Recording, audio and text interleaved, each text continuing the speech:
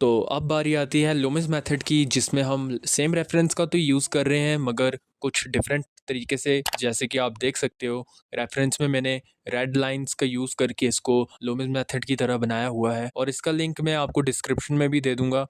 तो Lumix method से portrait बनाते समय आपको इन चीज़ों का ध्यान रखना चाहिए। अब पोर्ट्रेट मेजरमेंट और शेप से बना रहे हो, जैसे आप वीडियो में भी देख सकते हो कि रेफरेंस के अकॉर्डिंग मैंने गैस और मेजरमेंट्स का यूज़ कर ये आउटलाइन बनाई है। और आप भी अगर ये यूज़ करना चाहते हो सो इस मेथड को फॉलो करो और ट्राई करो रेफरेंस को एडिट करने का खुद से बना के, जिससे आपको बेनिफिट होगा और आपकी ड्राइंग और भी अच्छी बनेगी। यहाँ पे हमें कुछ एस्टिमेट है कि जो हमने वर्टिकल आउटलाइन में लाइंस बनाई हैं, हॉरिजॉन्टल भी और वर्टिकल भी, जिसमें सर्कल का एक शेप आ रहा है बीच में, तो उसी में हमने आईब्रोज भी बनाने हैं कुछ इस तरीके से। और आइज़ के लिए भी कुछ सेम तरीके से ही हमने यूज़ किया है ये मेथड।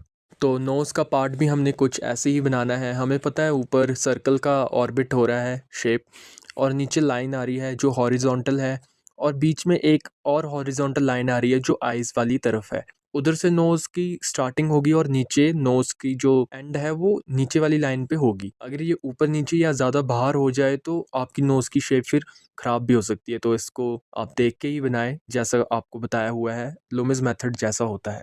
जो लिप्स का पार्ट है वो भी नोज़ और नीचे वाली हॉरिजॉन्टल लाइन के बीच में ही है, तो हमें वैसे ही वो बनाना है। लूमिस मेथड में ये होता है कि आपको चीज़ों का गैस पता चल जाता है कि इन एरिया में वो चीज़ लाई कर रही है, और फ्री हैंड मेथड में वैसा नहीं होता, आपको खुद से ही गैस करके बनाना होता है। ये इसमें एक ईजी टास्क होता है जो आपको लूमिस मेथड में हेल्प करती है और बहुत बेनिफिशियल भी होती है। अब जैसे हमने लिप्स का पार्ट कंप्लीट कर दिया है, तो उसी हिसाब से हमें उसी के ऊपर बियर्ड का भी एक मार्जिन मिल चुका है कि बियर्ड इस लाइन के एरिया में आ रही है, और कितने आसानी से मैं बियर्ड को बना पा रहा हूँ। लूमिस मेथड में यही है कि ईजी हो जाती हैं चीज़ें। और नीचे के भी शॉर्ट बियर्ड के लिए चिन लेवल पे भी मैंने एक छोटी सी लाइन बनाई थी, जिससे मुझे अंदाज़ा हो गया कि हाँ अब आउटलाइन परफेक्ट बन रही है।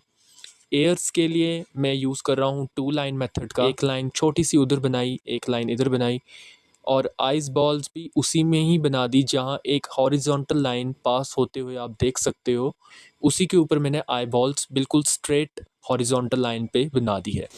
हेयर के स्ट्रीक्स के लिए और फोरहेड का जो स्काल्प है उसी के ऊपर हेयर के जो स्ट्रोक्स हैं वो लाइटली मैंने बनाए हैं। इसी के साथ ही एयर्स भी बना दिए। हेयर वाले पार्ट को मैंने थोड़ा फास्ट फॉरवर्ड कर दिया था और स्प्लिट भी किया थोड़ा, ताकि वीडियो लंबी ना हो जाए और आप लोग बोर ना हो जाओ, तो इसलिए। जो इसके बाद जो है एयर्स का जो पार्ट है वो भी मैंने ऐसे ही बनाया। आउटलाइन के लिए आप थोड़ी थोड़ी हल्की हल्की चीज़ें ही बनाओ, ज़्यादा डिटेल्स ना ही रखो तो अच्छा है। लूमिस मेथड यही बताता है आपको कि थोड़ी थोड़ी डिटेल्स और थोड़ा लाइट रखने से ही आपका पोर्ट्रेट है वो और अच्छे से दिखता है फिर। तो लूमिस मेथड से कुछ इस तरीके का हमें रिज़ल्ट मिला है और पोर्ट्रेट कुछ ऐसा दिख रहा है।